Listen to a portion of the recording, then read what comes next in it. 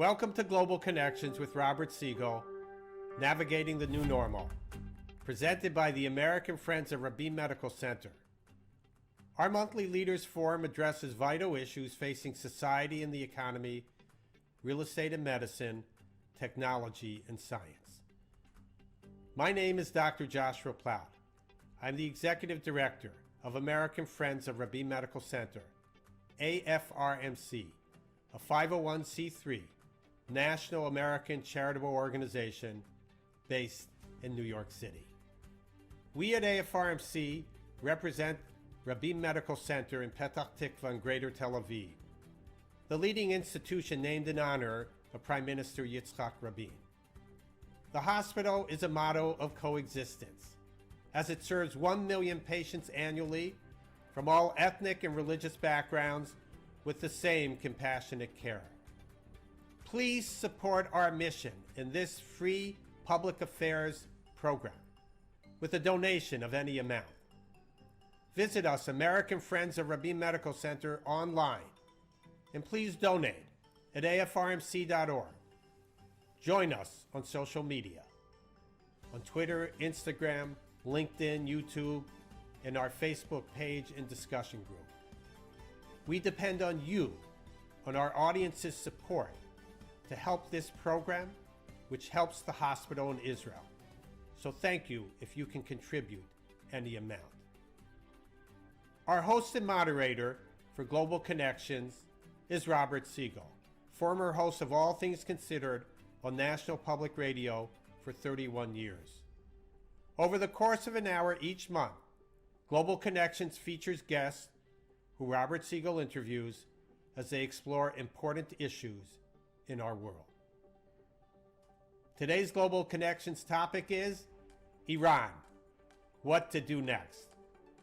Thank you to our very special guest, former Israeli ambassador to the United States, Michael Oren, David Ignatius, foreign affairs columnist for the Washington Post, Roya Hakakian, author and founding member of the Iran Human Rights Documentation Center, and David Horovitz, founding editor of the Times of Israel.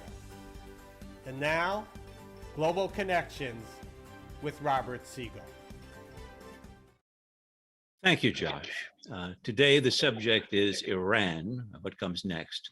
Ever since the Islamic Revolution in 1979, relations between the US and Iran have been hostile, and if possible, relations between Israel and Iran have been even more hostile. In 2015, the US, the 4 other permanent members of the UN Security Council, plus Germany and the EU, negotiated an agreement with Iran governing the country's nuclear program. The Joint Comprehensive Plan of Action, the JCPOA, according to its supporters, pushed the length of time it would take Iran to enrich enough weapons-grade uranium to make a single weapon from a couple of months to a year, the so-called breakout time. By complying with the regime of limitations and inspections, Iran would get some relief from international economic sanctions. Opponents of the deal said that it wouldn't be that effective in increasing the breakout time, and by not addressing Iran's behavior in the Middle East more broadly, the aims of the deal were too limited. The Israelis were extremely critical of the JCPOA, and when Donald Trump was elected president, he withdrew the US from it. Iran then followed suit by also withdrawing, and that leaves us with no agreement, with Iran enriching more uranium, with diplomats trying to come up with something, some kind of new deal, and with some talk of possible Israeli military action. What are the choices in this very complex and dangerous relationship? We have assembled an excellent panel to address that very question. And we'll also be joined at the end of the hour on another matter by Dr. Michael Drescher of Rabin Medical Center. He's head of the emergency department there. He'll update us on the latest on COVID in Israel, news about the fourth shot that I think you'll find interesting. We begin with columnist David Ignatius, associate editor and foreign affairs columnist of the Washington Post.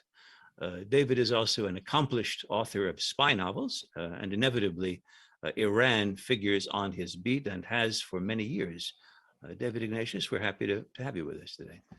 Thank you, Robert. It's great to be with you. Yours is the voice that I most miss. It's lovely just to hear Robert Siegel's familiar voice again. It's good. It's good to see you. As I tell you, I win the deal. I still get to read your column. In the absence of the old deal or a new one, David, with a different Iranian president, pretty new American president, and a new Israeli government, where do we stand now on the challenge posed by Iran? How would you describe the current situation? I describe it as an impasse with ever worsening prospects for the United States, Israel, I'd say the whole world outside of Iran, as Iran moves rapidly to enrich uranium, to do the things that it was prohibited in many cases from doing under the JCPOA. Negotiations resumed January 3rd in Vienna to seek some kind of return to the JCPOA, but they have been deadlocked since they began last year after the Biden administration came in. The Biden administration is not actually a direct party to these negotiations. China, Russia, France, Germany, the UK are negotiating. The US sits down the hall, and the US is said to exchange text messages with the Iranians.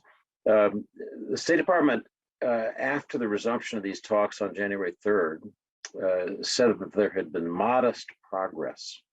I'm quoting the State Department spokesman, but if you look carefully at what he's talking about as progress, it's really no more than establishing a framework, a baseline agenda for what should be negotiated. I see no substantive progress whatsoever.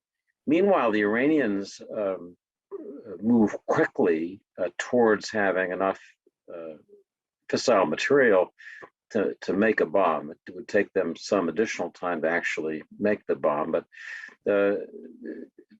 since the Iranians resumed activities that had been banned by the JCPOA, they started enriching uranium at 20% a year ago. In January 2021, they began enriching to the 60% level. In April, they have talked publicly about going to 90%, which is the threshold for actual bomb-making material. They're making uranium plates, which are thought to be essential in an actual nuclear device. All these were forbidden under JCPOA. They are using their most advanced centrifuges at Fordo, this heavily fortified bunker, again, prohibited under the JCPOA. So they're moving quickly and doing things that were controlled before. And I think there's genuine concern in the administration that soon, some say by the end of the first quarter, they will have reached this key point at which they'll have the material sufficient to make a bomb, and then it's a question of having the actual bomb-making technology. So the situation is bad and getting worse, and I don't see a clear administration strategy yet for addressing it. In a moment, we're going to be hearing from a couple of Israelis about this, but so I want you first to answer this question. What is the U.S. interest, apart from Iran not going nuclear? What is the U.S. interest in the Persian Gulf with Iran?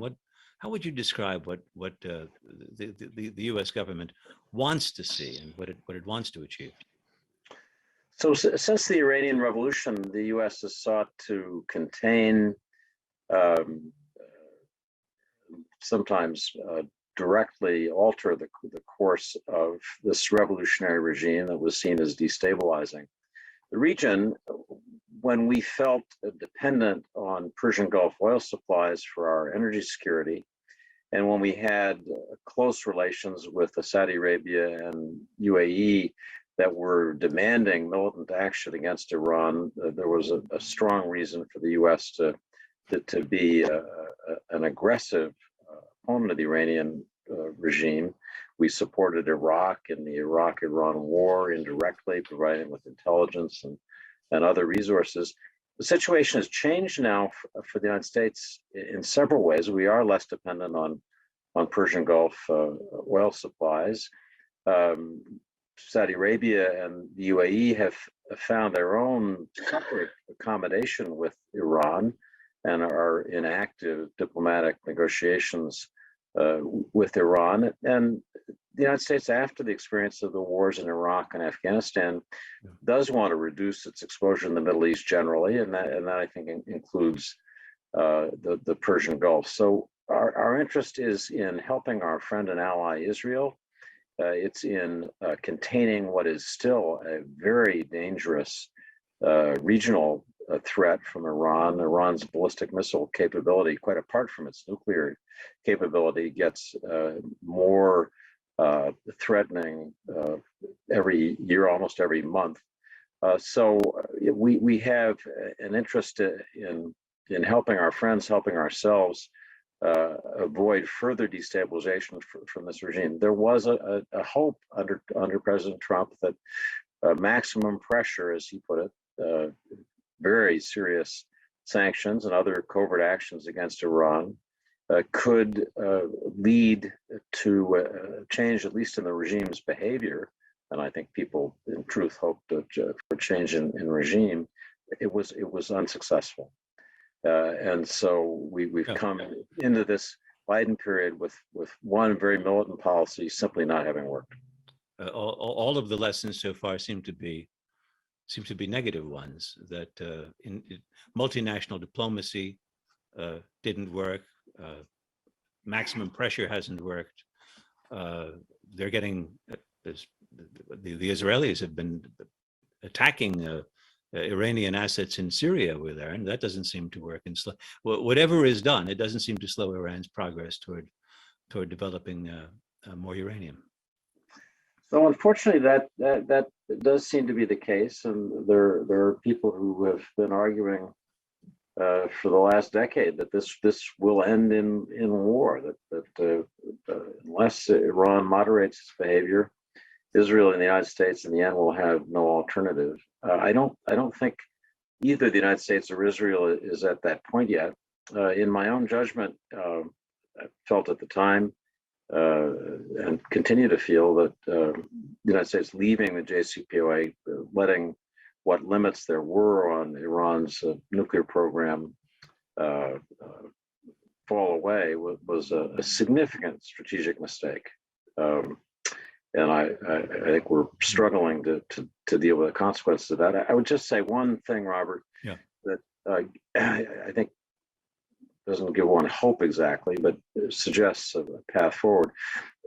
Russia certainly, our European allies certainly, China maybe, share the United States and Israel's desire that Iran not go nuclear, not have nuclear capability. The negotiators in Vienna are those other countries, our UN Security Council permanent members. And I have thought, I think the JCPOA essentially is dead. The limits will soon expire. Just the idea of going back to it, I don't think is a rich possibility. But I think a different negotiation, a different venue, moving through the IEA, the International Atomic Energy Agency, which works under UN Security Council mandate, back to the UN Security Council, where all these countries that want to contain the Iranian program have the power, may be an alternative course. At the end of the road, there's Plan B. Plan B is military power, military attacks on Iran, and that's not easy. It's not easy for Israel. It may not even be doable for Israel. And it would involve the United States in an extended war at the very time it wants to reduce its involvement in the Middle East. So as this year begins, I think this may be, Ukraine aside, the most difficult and dangerous foreign policy issue the U.S. faces this year. David Ignatius, thank you for that. And hang around for the question and answer session that'll follow the presentations of the other panelists. Our next panelist is Michael Oren, who was Israel's ambassador to the United States when Bibi Netanyahu was prime minister and Barack Obama was president. He was representing Israel as the Iran deal was being negotiated. When he returned to Israel, he was a deputy prime minister and member of the Israeli parliament, the Knesset. He too, by the way, like Ignatius, has a literary career, and after writing several nonfiction works, he has now turned to fiction, and most recently the novel To All Who Call in Truth. Michael Oren, it's good to talk with you again. Nice to see you. Always good to be with you, Robert. We go way back to WKCR FM in New York. Yes. And it's a special Columbia Radio. And special honor for me to be speaking for the Rabin Medical Center. I was an advisor for Yitzhak Rabin and worked very closely with him. Iran. I think it's important to say just out the outset that Israel's major concern vis-a-vis the JCPOA was not that the Iranians would violate the agreement, but that they would keep the agreement. And from Israel's perspective, had Iran kept the agreement, it would be able to do all the violations that it's doing now many, many times over perfectly legally under the JCPOA because of the sunset clauses, which would start to kick in next year in 2023. And eventually Iran would be able to have its entire nuclear infrastructure intact. It would have an intercontinental ballistic system capable of delivering a warhead. And according to the information our agents received from the Tehran Nuclear Archive back in 2018, they were still working on a warhead. So they'd have the enriched uranium necessary for a warhead, many warheads, perhaps even 100 warheads. They'd have the ballistic missiles, and they'd have the warhead itself. But in addition, they'd have several hundred billions of dollars that they would have received under the JCPOA in the form of sanctions relief and international deals with which, we know the Iranian regime was not going to invest in hospitals and schools. It was going to invest in missiles, so that when Israel tried to stop them from getting the bomb, we would be hit by tens of thousands of rockets. Obviously, there was a different reading of what the JCPOA did by the Americans who support. I remember Secretary Muniz offering answers to some of these questions. Israeli and American leaders typically describe how closely aligned we are. Obviously, there are some pretty big differences here. What's at the origin of those differences? The origin of the difference is that the United States has different interests. The United States is a very big country that's far away from the Middle East. As my friend David Ignatius mentioned, the United States is now no longer dependent on Persian Gulf oil. It would like to focus its energies elsewhere in the world, specifically to the Pacific, away from the Middle East. There was just that pesky Iranian issue that kept the United States anchored there. It wanted to pull out. I think, generally speaking, the United States can coexist with Iran that has threshold capacity. The administration has said repeatedly that it is determined to prevent Iran from getting a bomb. It has not said at any time that it's determined to prevent Iran from having the capacity to make a bomb. But for Israel, that's an immense difference, because if Iran has the capacity to make a bomb, we will be on constant nuclear alert, and our ability to defend ourselves against Iranian proxies such as Hezbollah will be greatly limited. Does one bomb, though, or a very small number of bombs, do they constitute game-changing deterrence in the region? Yes, they do. As a former president of Iran once said, Israel is a one-bomb country. So the notion of second strike capability is much reduced. I had a professor, Bernard Lewis, a great professor of Middle Eastern Studies, who used to say that mutually assured destruction for the Iranian regime is not a deterrent, it's an incentive. And Israel has to take into consideration that could be the reality in the thinking of this regime, which is a jihadist extremist regime. Just to clarify one point, when Israelis think in terms of military action against Iran, are they thinking in terms of a longer range version of what they did with the Sirak, with the Iraqi nuclear facility back in 1981, or what they did with the Syrian facility on the Euphrates more recently, or a broader assault on Iran? Well, clearly we don't discuss the operational details. Israel, generally speaking, has the ability to defend itself against Iran. It doesn't have America's capabilities. It doesn't have strategic bombers, for example. We have small fighter planes, but we have other capabilities which are able to defend ourselves against the Iranian nuclear program. Generally speaking, the notion that it's either the JCPOA or war, and that was a case made during the Obama administration, you still hear it today, is from our perspective a false dichotomy. The alternative to a JCPOA would be a much stronger agreement, one that actually dismantles parts of the Iranian nuclear program, addresses the ballistic program, addresses the warhead, and prevents Iran from building a nuclear weapon after 2 or 3 years. That would be a stronger agreement. But Iran has no air force, Robert. It has no tank force. Iran cannot wage war against the United States. The United States could eliminate Iran's nuclear program in a single night of bombing. And Iran has no ability even to reach the height at which these planes would bomb from. So it's a false dichotomy from us. So it's not a lot. But for Israel, though, were we to strike Iran, then we would be facing upwards of 150,000 rockets and missiles in the hands of Hezbollah. Some of them are very accurate. Rockets in the hands of Shiite militias in Iraq.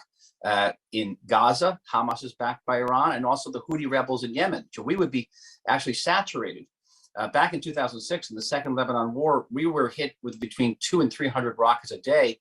The IDF estimates for the next round would be between 2,000 and 4,000 rockets a day, which would overwhelm our defenses, and we'd have to move on the offensive into, example, southern Lebanon, where there are 200 Lebanese villages under which these missiles are hidden. Michael Oren, though, you have to clarify before we move on to our next panelist. You're making a very strong case for preemptive strikes against Iranian nuclear facilities, but you say, on the other hand, it is possible for Israel to coexist with Iran as a threshold. You're saying it's not possible. I'm unequivocally saying we cannot. You cannot coexist with Iran with Iran nuclear threshold. I said it would dangerously, perhaps lethally limit our ability to defend ourselves against Hezbollah, and it would keep our forces on constant high alert, because we would never know when Iran would break out, and it can break out at any time. There could be a natural disaster in the world. Focus could be somewhere else. This is what the North Koreans did. Frankly, it's what the Indians did. They waited for the right moment. We can't afford that. And the Israeli government, if and when these talks fail in Vienna, from Israelis, the threshold for success is very, very high here. We'd have to see an agreement that's materially better than the JCPOA, which I don't think is in the cards. The Israeli government, I think in short order, will be faced with perhaps the most difficult decision of all. How are we going to defend ourselves? Just very quickly, how short order? When do you figure Israel's move is called by the failure in? This is pure speculation, Robert. But they are now weeks, months, a year or two. I mean, what do you think? It could be a matter of weeks. It could be a year. But it has to do with whether the Iranians move from the 60% and how much of 60% they are enriching, because the distance, listen to this, between the 3.4% on the JCPOA and the 60% is much, much larger than the distance between 60% and 90%, which can be done in a matter of weeks and perhaps even days. Michael Oren, thank you very much. Hang in here, because in a short while we'll be having a question and answer session. But thanks so much for joining us. Our next panelist, David Horovitz, is an Israeli journalist and was a founding editor of the Times of Israel. Last month, he wrote an article titled "Iran, the Gamble, the Original Sin, and the Unthinkable Current Consequence." He's a critic of the original deal, the JCPOA. That's what he calls the original sin. And Horovitz then describes how the Israeli government hoped to deter Iran from continuing its nuclear program and did not see those hopes fulfilled. David Horovitz, welcome. And you described the old Iran deal, the JCPOA, as the original sin. What was the strategy that you call the gamble? Well, the original sin, first of all, hi, Robert, and hi to my fellow panelists, was a deal that didn't, as really has been covered already, it didn't dismantle Iran's rogue nuclear program, and it didn't ensure the kind of inspections that would have prevented its revival. And we've seen the consequences. I suppose the gamble in that the Netanyahu government was lobbying. I don't think it was the only factor. But the gamble was lobbying the United States, the Trump administration, to pull out of that accord and ratchet up the sanctions pressures on Iran. The hope that economic pressure and other factors would give the regime pause and feel that it was having to make a choice between retaining power and proceeding with its nuclear program.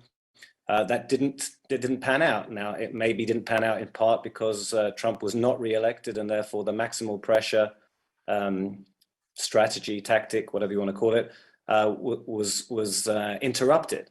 And now you have an American administration, which to most Israeli, not all, but most Israeli eyes, incomprehensibly is seeking to return to an unsatisfactory deal that it itself acknowledges would need to be longer and stronger to be effective. So we watch here history repeating itself with Iran a long way further down the road.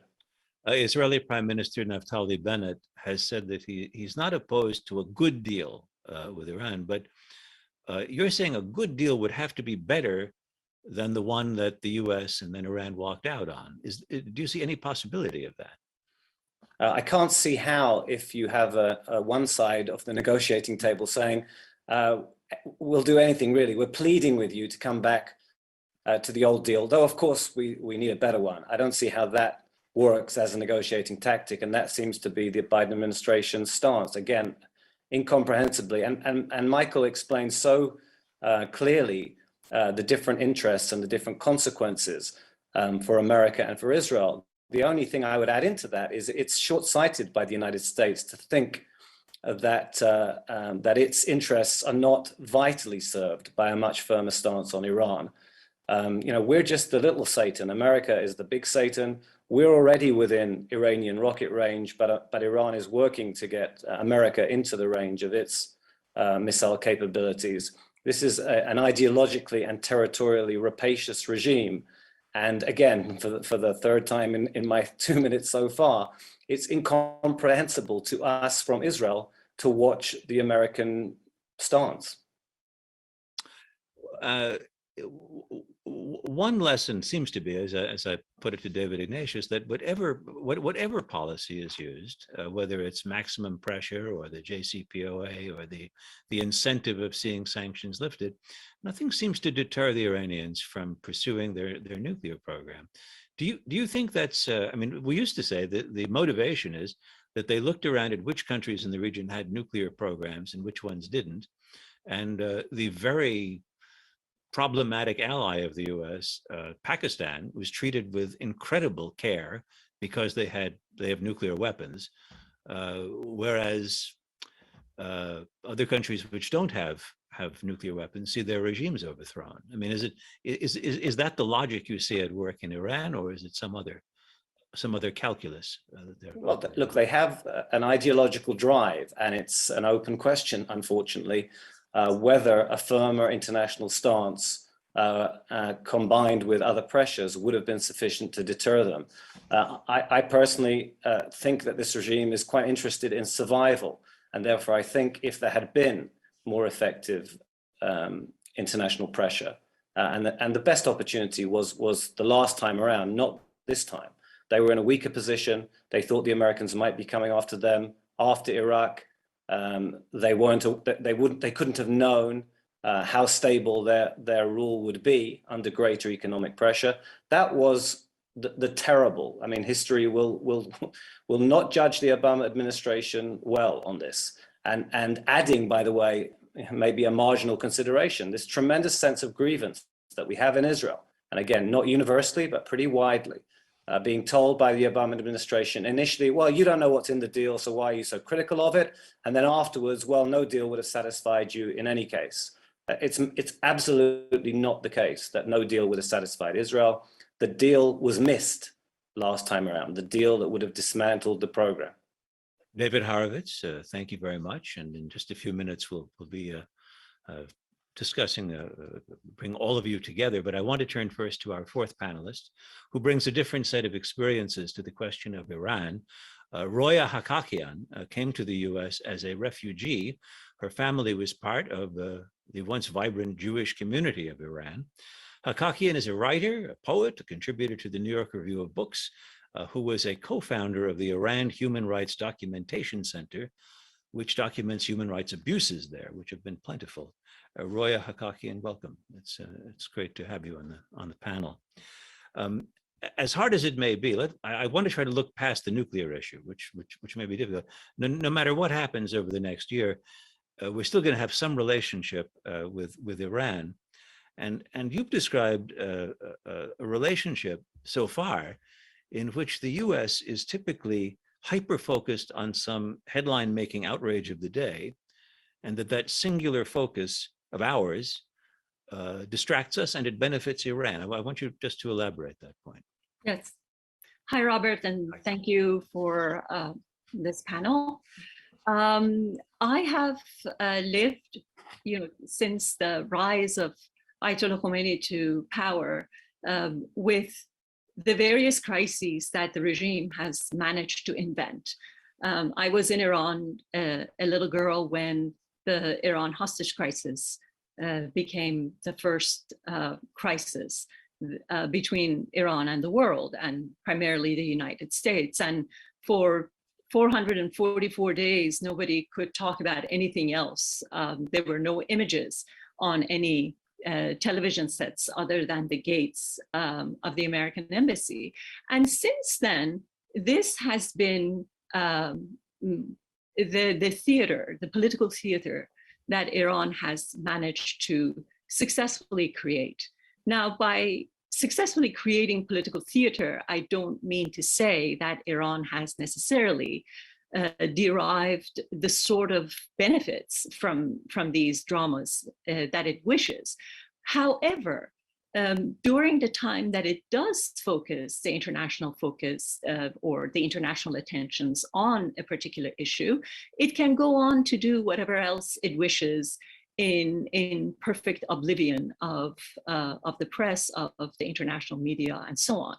And so it's important to remember that when the hostage crisis took place, and we all in the United States took it personally that it was an act against the United States, what truly happened inside Iran was that the moderate government that had come to power at the time was forced out of power.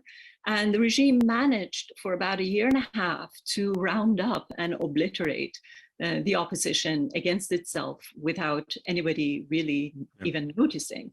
And I now, coming forward to today's conversation, I see this nuclear debate playing or being sort of a sequel or another one of the installments in that political drama. And along the way have been others, the fatwa against Salman Rushdie and all of that I count as different acts within the same political drama. I would like to see one way or another this drama end. And by ending, I don't mean I want to see a war begin. I just want to see that we manage as the international community, as the US, Israel, the Western world, to widen the focus and change the debate, create a new conversation in which we do appear to see Iran as a whole and the issues within Iran as a much wider set of issues than just the nuclear issue. Iran, you have said, is ruled by an oligarchical, corrupt regime. Yeah. On the other hand, oligarchical, corrupt regimes are really in these days. And as you've pointed out, its survival all these years, it shouldn't be seen as an anomaly. Exactly. One of the things that the regime has successfully done, again, is to present itself as a religious establishment, or one that is somehow representative of, as the supreme leader would like to introduce himself or title himself as, the Pope of the Shiite world. But that has created an immunity in some ways, in the sense that we have become unable to see the regime for the corruption that it exercises, for being just another oligarchy that's there to benefit economically at the price of the impoverishment of the nation. And I just would like to see all of this change. I would like to, for the rest of us to be able to, again, widen the scope of the debate about Iran, come up with whatever solution that we need to come up with. And I hope that excludes war, under any circumstances, but come up with a configuration where we can widen the scope and then and then really have a deeper sense of the regime beyond its own definition of itself, which is, a religious representation.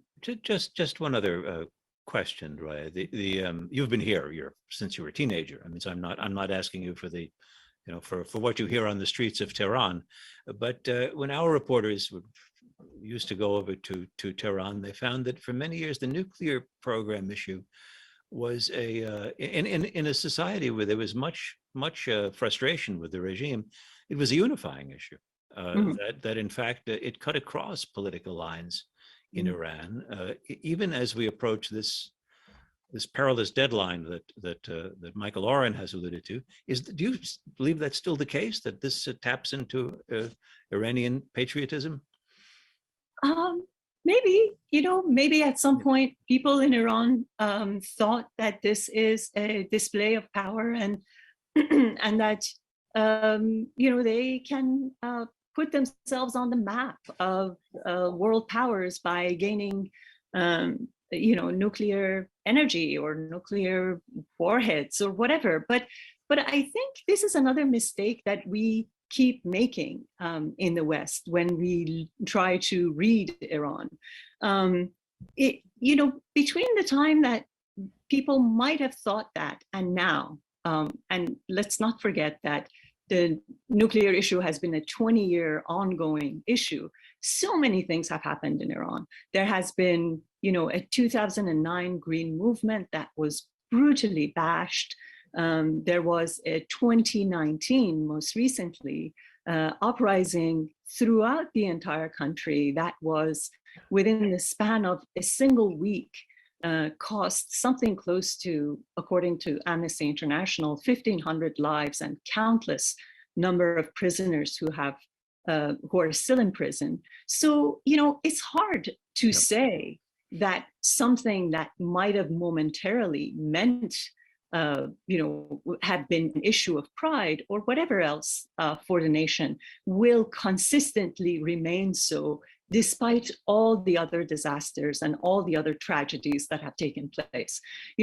Let's also not forget that, while we thought that the assassination of Qasem Soleimani would unify the nation, as, pretty much everyone here anticipated, within, 2-3 days, the Ukrainian flight with over 150 passengers and other people who were working the plane was shot down, and there has been no accountability for that shooting down of the airplane, and that has created another sense of tragedy, another feeling on the part of not just the victims or the survivors, but also the whole nation, to see their own government saying that they did shoot the plane down, but there has been no arrest, there has been no accountability toward that crime. So yes, maybe there are momentary senses of national pride over the nuclear issue or other things, but many things happen to delete the sense that those events may create among. Roya, Hakakian, I'm going to invite back all of our panelists, David Ignatius, Michael Oren, David Horovitz, who have some questions. First, I have a question that I want to hear. We'll only go one round on this, but David Ignatius, your description of what the now dead JCPOA, so perhaps it's no longer worth talking about, very radically different from what Michael Oren was describing. Would you agree that all the things that Iran is now doing were in fact permitted under the deal that had been negotiated?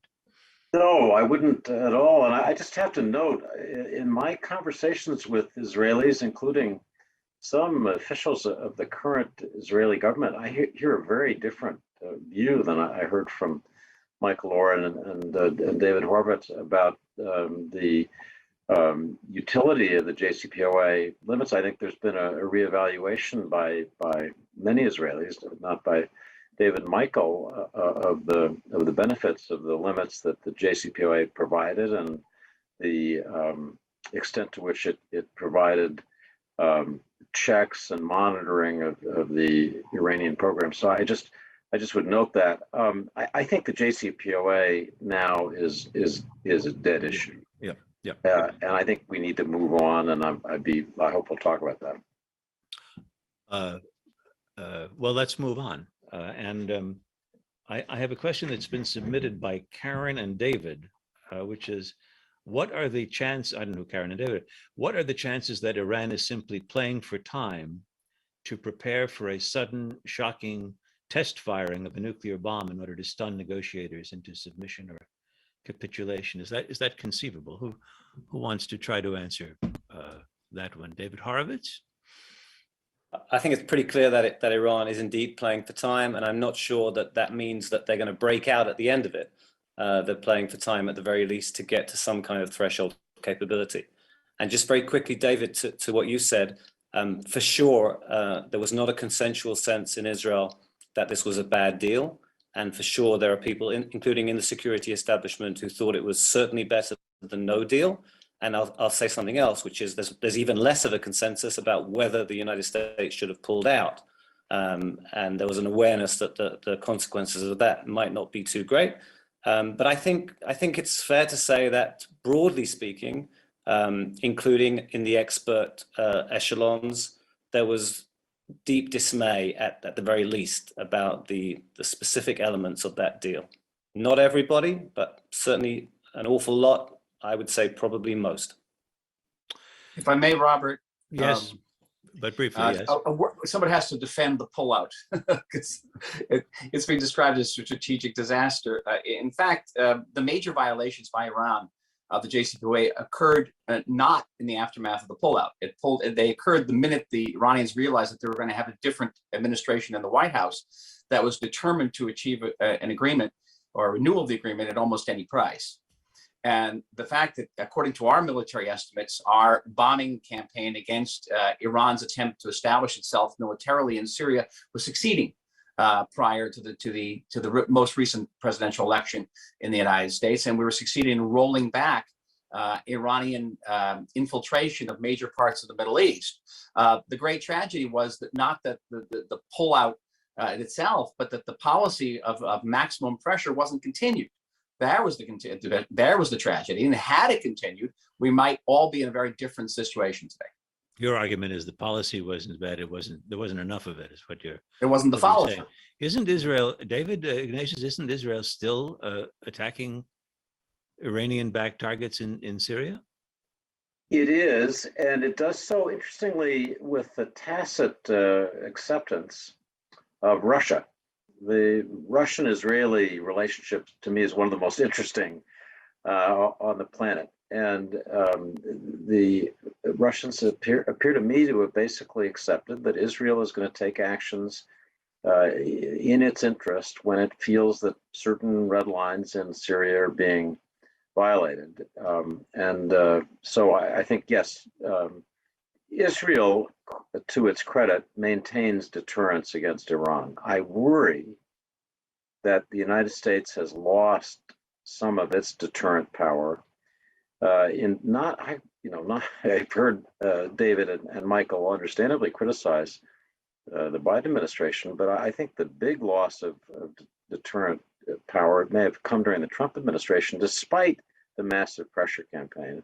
Rabin Wright had a superb article in the New Yorker a week ago in which she noted that 110 American soldiers are suffering traumatic brain injury from an attack on Al-Assad air base by Iranian missiles, for which there was no American response after the killing of Soleimani. So this was the Iranian attack that followed the assassination of Soleimani. As Rabin said, this was the most powerful missile attack in history on U.S. soldiers, and there was no response. So I just want to note that I share the concern that deterrence is weakened, and I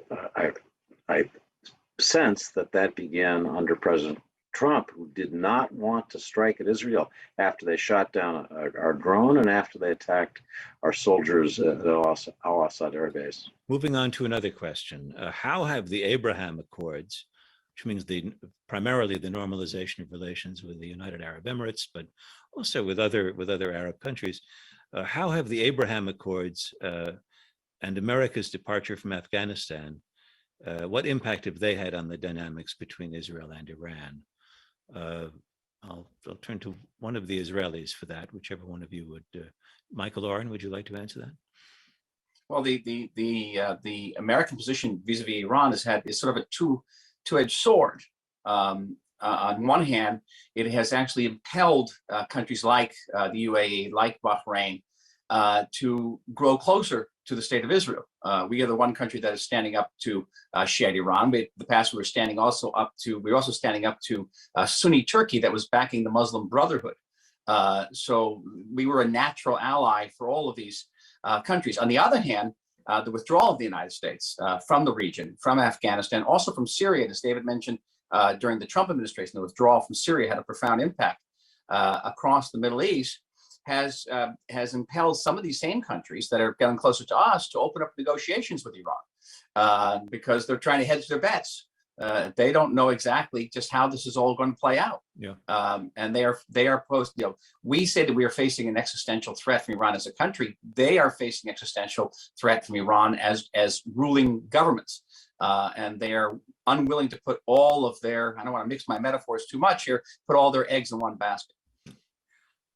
Question for Roya Hakakian. What is the status and what is the viability of domestic Iranian opposition groups to the Ayatollahs, to the regime? Well, looking at what has happened since the Green Movement, which I would argue was what jump-started the Arab Spring in the region, and looking at the absence of international support or American support, whether morally or practically, I would say that it's, and the subsequent uprisings that have taken place in Iran, in which one sees that everything, every sort of sacrifice, every sort of protest, every sort of national strike has taken place. Teachers and teachers unions have gone on strike in 2019. People all over the country took to the streets, young and old, demonstrated throughout Iran. Workers have gone on strike, but I don't know whether any one of us are really truly paying attention to the fact that no revolution in the past 10 years, 15 years, and anywhere in the world has succeeded. Because while the United States is retreating, and we as Americans argue that, nations ought to do what nations must do to make their own histories, Russia has gone into Syria to quash the uprisings and, the rise of the people in Syria. And the same is true about Iran. Iranians have taken to the streets, have staged protests, but the internet is turned off by the regime.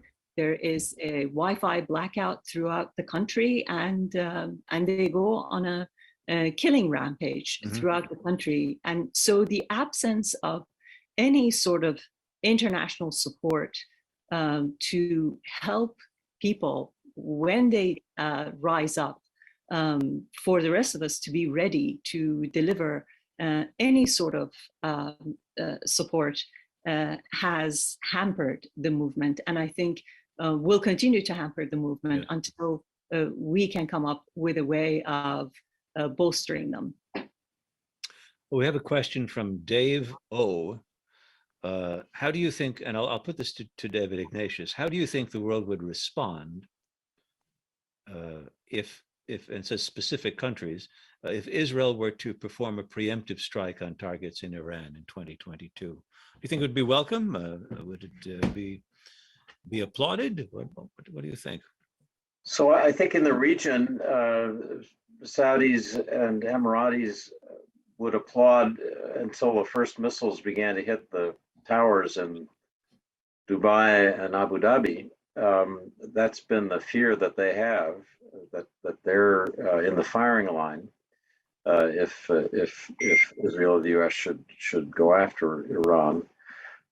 I think, and this is the opportunity. I think there's a deep desire in the world to avoid war between Iran and Israel and the United States. I think the idea of another major Middle East war is something that the thoughtful people everywhere want to avoid. So I think the idea of increasing the pressure on the United States and everybody else to find an alternative path to contain this program in a way that reduces the threat that Iran poses, absolutely essential. And I just hope the administration can come up with a stronger policy than it's had so far to do that. And Michael Oren, Dave O's question begs another question, which is, can Israel stage preemptive strikes against the Iranian nuclear program, given how hardened its facilities are, how far advanced it is, how far from Israel Iran is? Certainly, these are serious considerations. Iran is a much bigger country than, say, Iraq. The nuclear program is an archipelago. It's not one site.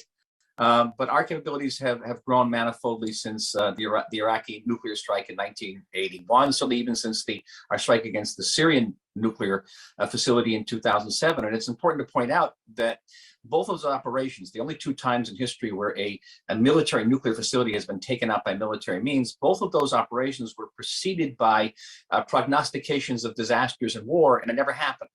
Both of them were preceded by an estimate that both the Iraqi and the Syrian program would expand afterward. That didn't happen.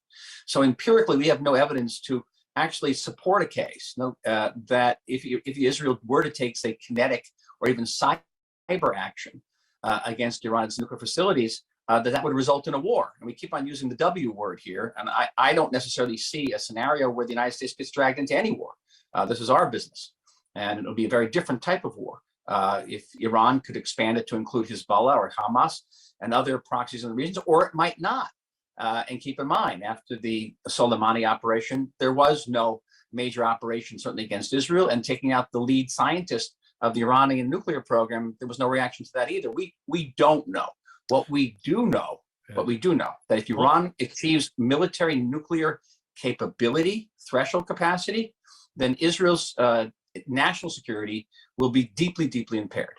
Although, as David mentioned, at least judging from Rabin Wright's article in the New Yorker, the response that Iran did make to the assassination, not the targeted killing or whatever we want to call it, assassination of Qasem Soleimani, the head of the Iranian Quds Force, the response was more, it was a lot bigger than the minor anticipated response that I recall it being described as at the time. It was pretty punishing. But no response against Israel. And no response against Israel.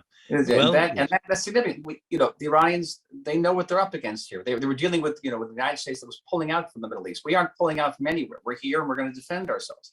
And the Iranians know this. Last question before we get our medical checkup from Israel. Roya Hakakian, what is the state? What is happening with the Jews who remain in Iran, and how many Jews remain in Iran? I should ask. Less than 10,000. Although I see recently that there's an interest in upping the numbers and reporting a greater number of Jews remaining in Iran than they really are. An interest on whose part to do that? I think, and I've argued that I think the regime would like to keep a Jewish community to go on in Iran. I think it has become, speaking of pride, a matter of pride for the regime to be able to boast that it's the only Arab country or the only Muslim nation in the region to continue to have a Jewish community. I think it that is sort of something they use in order to counterbalance the anti-Semitism accusations that they're rightly accused of, or are told that they are. They can easily point to the Jewish community and then say, no, we're simply anti-Israel, but we have a Jewish community. So the community is there, it goes on, they are able to practice far more than they used to, but the numbers are smaller and the infrastructure that used to exist is far more meager than used to be 20 or 30 years ago. Roya, Michael, David, and David, hang in for just a moment. We have a very brief, totally different moment to conclude our hour. Over the past year and a half that we've been doing these monthly panels, which began in response to the pandemic, Dr. Michael Drescher of Rabin Medical Center has very often been with us to talk about fighting COVID in Israel. Mike runs the emergency department at Rabin Medical Center, and he's also on a pandemic advisory committee to the Ministry of Health. It's good to talk with you once again, Mike. Thank you, Robert. It's good to be here again. Fascinating. Israel has been the world's testing ground for the Pfizer vaccine because it actually has good numbers on how well who's gotten vaccinated and how well it works. What is the status of the fourth shot, the second booster that people have been talking about? Have you gotten a second booster already? I haven't. It's been offered at the hospital, and I'm over 60, so I'm going to probably go get it tomorrow. However, I'm not going to go get it with a huge amount of enthusiasm because we found that it really, despite the excellent effectivity of the third shot, the real booster, the fourth shot has not been as significant in terms of creating new antibodies. We don't know how much it's been protective, but we assume that it's not going to. In fact, the decision was made, as opposed to the original booster, not to offer this to lower age groups, as we did with the third one, which was very, very successful. And what's the understanding of why the fourth booster is not so effective? Is it the nature of the Omicron variant, or is it just that at some point you max out on how much good the vaccine can do? Well, what I'm talking about is actually antibody production, and so it's really not to do with the virus. It's to do with how the body's referring, and it may be that different vaccines work in different ways. Some of them have a big boost, and then you have years of immunity, and some really don't. So I don't think we exactly know why this fourth one isn't as effective. It may be the timing, it may be the type of vaccine, but in any case, it hasn't shown to be as effective in antibody production. Thankfully, as you know, and everybody knows, the Omicron seems to be much less virulent than the Delta virus, and even though it is much more contagious, it is not having the same effect in terms of severe disease. And how is Israel dealing with the dilemma posed by that fact, this highly transmissible disease that is not terribly lethal, in terms of opening up schools? Just give us an accounting of what the decisions have been. Well, first of all, it has to be said that the decisions have been kind of halting and kind of reactive, which is, I think, the nature of what's been going on. But in other sense, it has not been dogmatic.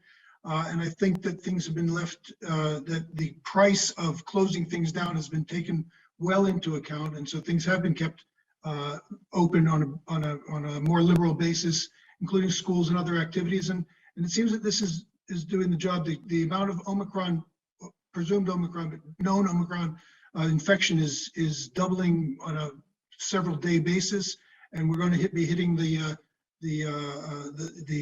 record numbers in about a week or two, at which time we should be starting to go down. And I believe that we're going to weather the storm. It's a little bit early to be sanguine, but I think that that we're going to benefit more from the lack of virulence than we are from the increased, then we're going to be hurt by the increased contagiousness.